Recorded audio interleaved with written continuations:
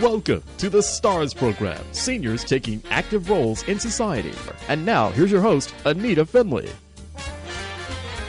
We have our wonderful Linda SAUGET, who will be talking to us soon. You know, she writes this great column every month, and she comes from a book she wrote, If You Think It. And she is absolutely, she's a spectacular woman. She's actually a businesswoman, but I don't know. She does this because she just has all this beauty inside her, and she just wants to talk about this. And so what's happened now is people are starting to ask her to come and speak to them in their groups. And she's so smart. Every time she sends a column, I read it and I get inspired. And that's what she does to people. So do you inspire yourself, Linda? Anita, you're so kind. Thank you. I do inspire myself. I really do. And I think that's part of why I love doing it, because I know I'm inspiring other people, but I also inspire myself. So right. I think that we do that. I know when I'm writing the publisher's letter, sometimes I have no idea what I'm going to write, and all of a sudden I start thinking about what happened during the week and what I can do to maybe help myself, and then it comes out and inspires other people. I didn't even know people read the publisher's letter. I write it, but people always say, oh, I read that first. Oh, yeah, I do. I always read it. But, you know, your whole your column, it just says everything. Think yes. And you know, that's really the major thing about all this. Think yes, which is, if you wake up in the morning and you think yes, my goodness, it changes everything, doesn't it? It does. And, you know, you get the credit for coming up with the title of the column. And I don't know if you remember that. I don't. 5 years ago, I've been writing that column for 5 years now. And my very first column was about an art exhibit that Yoko Ono did in New York City. And that's when John Lennon met her. And she had this sculpture that was interactive, and you climbed up it. And when you got to the top of it, there was a door, and you opened the door, and it said yes. Oh, you're kidding! Big sign that said yes, and that was my very first column. I'm telling that story that John Lennon fell in love with Yoko Ono because after all of the effort of climbing up this ladder, what a positive message when you open the door to see yes. That's a wonderful story. I forgot that. I know you told it. Imagine if you opened the door and it said no. Right. I don't want to go through that door. It was just such a so that was my column, was about how, yes opens the door to everything. Yes is possibility. Yes is hope. Yes is positive, everything. And so you came up with it. You said, oh, I'm going to call this column Think Yes. Well, thank you. I didn't remember that, but, I thought it was brilliant. You just helped me think about something. When I have my sales meetings, I'm going to go in and say, okay, think yes. Absolutely. Because you know what? When you think yes, you are training your brain. You're putting your brain in a way that you are scanning for positive things. That is the whole, seriously, that is the scientific studies that have been done about why gratitude is so important and why gratitude makes you feel better, is because it trains your brain. When you're thinking of things you're thankful for and grateful for, you are training your brain to scan the world for what is right. And so you are countering the brain's bias to look for what's wrong and what's negative. And so literally you train your brain to just notice things that are good. And if you do that, I do this all day long, find things that are positive, that I like, that I'm grateful for, that I'm thankful for. It could be little things like, the beauty of a flower or the kindness of someone. But my brain naturally goes toward what's right rather than what's wrong. So go into your sales meeting. Yeah. Having people be positive, think positive, have their brain looking for what's wrong. Not what went wrong, not what were the things that went wrong this week, but what went right. That's interesting. You should say this. This is, and I know, let's talk about our people who are listening to us. So many, I'm sure, have certain pains and aches, or they have losses. As one ages, we have a bigger experience of things. But if they woke up this morning and every morning, they just looked outside and they said, yes, I'm here. Yes, the clouds are there. Yes, the trees are swaying in the breeze. Yes. Then I would think the rest of the day would have more possibilities. Absolutely. It's actually scientifically proven that the way we think, our mindset, creates our day, creates our life. Yep. The way we think. If we're a negative thinker, you are going to see a lot of negative things. If you're a positive thinker, you're going to see more positive things. And it's just, there is study after study after study showing that our attitude, our mindset, the way we think, that's what we see. Yeah, it's true. It's true. But, Linda, you're funny because you have a cat and you love your cat. I have a dog. I love my dog. And I think that if we were negative thinkers, our cats and dogs wouldn't be as happy and they wouldn't be as loving. Isn't that a strange thing to say? But I think our attitude affects them. Oh, I completely agree. Animals completely adapt and pick up on our moods and how our mood and affects how we treat them too, because we give them a lot of attention, a lot of love. The things that we're talking about are just applicable in every area of our life, how we are, how we act. It starts with our mindset, with our attitudes, with our thoughts. You said something in your article I have to read this. What we perceive as beautiful depends on what we think. Wayne Dyer says the only difference between a flower and a weed is a judgment. What we think creates our reality. The more we can see beauty in weeds, the more flowers there will be in our world. As we think, so shall it be. That's right. So every time I look at a plant and it looks like, I don't see the flower, I see the weeds, say, well, those weeds are pretty nice looking. Let me see what will happen, and then maybe we'll have flowers grow on our weeds, right? Absolutely. There's bad. I watch the news. I'm a news watcher, and so there's just one bad thing after another all day long. But the thing is, it doesn't overcome me. The bad things in the world don't overcome me because I just feel there's more good than bad. There are more nice people than bad people. It comes from my attitude of seeing more flowers than weeds. So when I have a bad experience, I'm still scanning for the good. The food was bad, but the service was good. The service was bad, but the atmosphere was nice. The atmosphere was bad, but the company was good.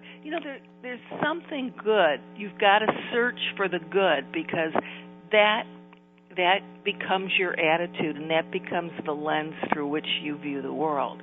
Okay, so now, Linda, how do we get other people to have your attitude? See, I don't know if it's hereditary or if it's in your genes, or I don't think if you feel negative, even if you go to motivational speakers, you can change. I'm very confused about this because you and I are very naturally positive. What is the difference in other people? Well, I think that, studies show that if in studying happiness, there is a genetic component to it. Small. So there is some genetic component to the level of happiness, how easily you get depressed and how easily you can get yourself out of it. And some of it is learned, because if you grow up in a family that's very critical, negative, you've kind of learned to look at the world through that lens. But most of it is under your control. If you recognize it, you can change it. We absolutely can change the way we think. But it's like going to the gym. You're not going to get muscles sitting on the couch. You have to do something. You have to take an action. But you can absolutely change your mindset, your attitude, and the level of positivity that you have. Yes, and I think it takes practice. Right. That's true, but also I think children get this from their parents. You've seen some children have such happy attitudes and some don't, and I don't know if it's the same parents. So how does that happen? I think it does. Initially I think we get we pick up on the values and attitudes of our parents. But at some point, I don't know if it's when you're teenagers, or I have to do some research on when that shift happens, but at some point kids start to question everything that their parents are teaching them. And that includes, attitudes and the way they think politically, the way they think about religion, about everything. So at some point we shift from being kids to being adults with our own opinions, and often they'll differ from what we were raised with. But I think some of it is just being conscious and aware that we have the ability, we run our life. We are in charge of it. No one has to tell us how to think, tell us what our attitude should be, tell us our political opinions, anything. We're in charge of our life. So if you know that you can make yourself feel better, make yourself happier, make yourself uplift yourself, experience contentment just by examining the way you think and then changing the way you think. Mm-hmm. It's like going to school, a conscious education of yourself. I think that's the piece that's missing when people don't make that shift and they just stay kind of negative and critical. It's just a lack of examining it. Yeah, I think those are very wise words, and of course people do. We know. Look, everyone has. Well, I was going to say sad things in their life. It depends. And, we know we have it. We can't just say, oh, we're going to be happy about everything. It's not true. It's really, all right, you have this. What are you going to do about it? You're allowed to be sad certain times. Yeah. That's not that you have to say I'm happy all the time, but you have to figure out what is it that is positive in your life. So if you take it's like a balance sheet, what comes in, what goes out, and if you really look at it hard, you have so much more to be positive about than negative. But that's the thing. That's very true. So you find them, and I asked Linda about this before.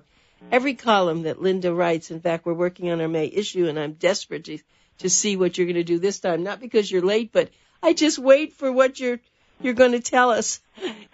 You do such a great job at that, and I don't know how you even do it. I mean, you get a thought. You've told me this before because I've asked you this.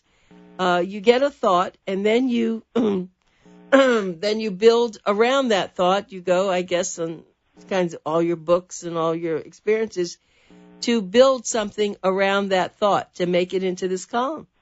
That's exactly right. And sometimes the finished column is nothing like what I started with. You know, right. Because it just evolves, and it's short, 250 words, you know, on average, but I spend a lot of time and change it and revise it, and so it's a creation. It truly is.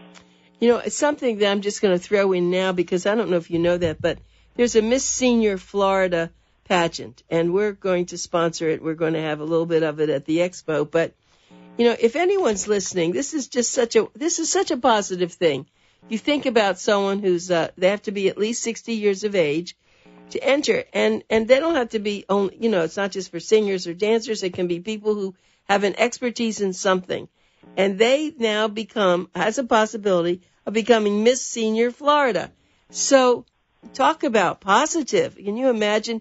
I don't know how many entries they're going to get, and I'm going to be one of the judges, and maybe you would like to be a judge. I can tell them that I have this great woman that would be a great judge, but that would be awesome. That is a great idea. Yeah, it's national. It's actually a national thing, but they have one in every state. I didn't know that. I didn't either. And so now we're going to be a part of this. And for people listening want more information, go to seniorfloridapageant.com, seniorfloridapageant.com, and apply. I think its registration deadline is June the 1st. So you still have some time, but it's really incredible. I saw some of the people. There's some people in their 80s who, for the past few times, they have been, you know, they've entered, and they're fantastic. And is it part of it do they do a talent portion? Yes, they do. They do talent, they do personality, they do all sorts of things. It's pretty well run. This is, and then if you win Florida, you compete with all the other places around the country, and then you become, I guess, Miss Senior United States. Miss Senior America is probably what it's called. Oh my gosh, I love that. I know. That's You would. Great. You would.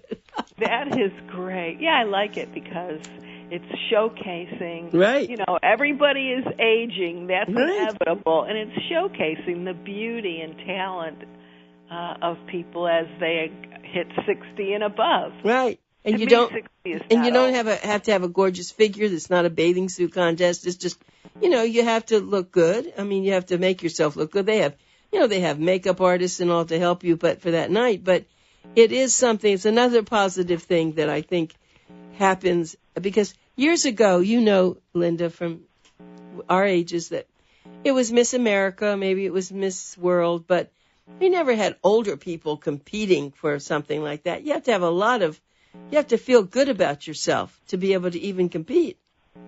That is true, and that's one thing that I like about it because it is focusing on talent, on personality, and so when you're expressing yourself that way, that's a positive thing, self-expression. Yep.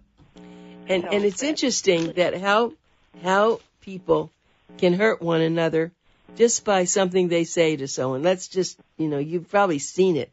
I've been with people that seems every time this particular person I'm thinking about, always has to say something negative about someone. I mean, even it sounds positive, but it's really not. I can give an example of, you know, you just had your hair done. Well, I liked it the way it was before. What do you think that does, right?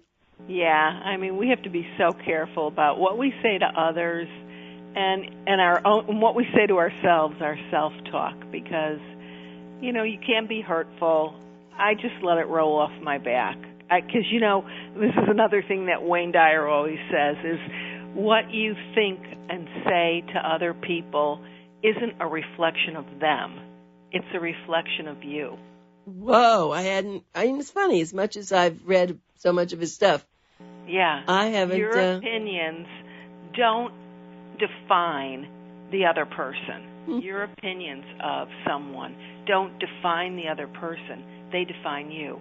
Yeah, that's very good. So the person who made that comment about the hairstyle, right. It doesn't say anything about the hairstyle or the woman whose hair got done. Right. that describes the speaker of that comment. That says everything about the speaker. That's right. So you have to, as you said, I think the best training is to smile and just forget it. Don't carry it with you. That's the other thing, that people dwell on this stuff that's negative, or dwell on the positive, right? Just smile and be kind. Just be kind. Right. That's what the Dalai Lama says. The three most important things in life are to be kind. Number 1, be kind. Number 2, be kind. And number 3, be kind. Really? And they have that candy bar now, isn't it called Kind? Where they have stuff made by... Yes. I've had it. It's like a health food, not so much a candy bar, but a health food bar. Yeah, that's right. That was a great name. That was really absolutely wonderful. Kind. Yeah, I completely agree. And now they have also a product called Nice. Oh, I haven't seen that. Yeah, this candy bar, too. I think it's nice. They have toilet paper, a lot of things called Nice, N-I-C-E. I thought that was a great name. I think it's a great name, too, because it's subliminally sending a positive message to your mind. Exactly. That's it's all in the words, isn't it? And of course, I really call you a wordsmith in a way. You really, and this is not your business. That's the funny thing, that Linda really is a high-powered executive in a medical company in a sense, and so this is, I guess, which gives her it's like a hobby. And so now, and if you're interested, let me make this commercial for Linda. Why don't you go? She wrote a book, of course, If You Think It, but she also can be reached. And I'll tell you right now, what you can do is you can email SAUGET, SAUGET 99 at AOL.com. And you can have her speak at your various programs. I mean, she loves it. She loves to come and talk. So what you can do is you can purchase a copy of Linda's book and then go on her online internet. It's ifyouthinkit.com. And you can get in touch with her. If all else fails, you can call us at our office and we'll help you do that. But it's very, very important. So, Linda, I guess we've done it. Thank you. You can go back to sleep. Anita, thank you so much. You're welcome, kiddo.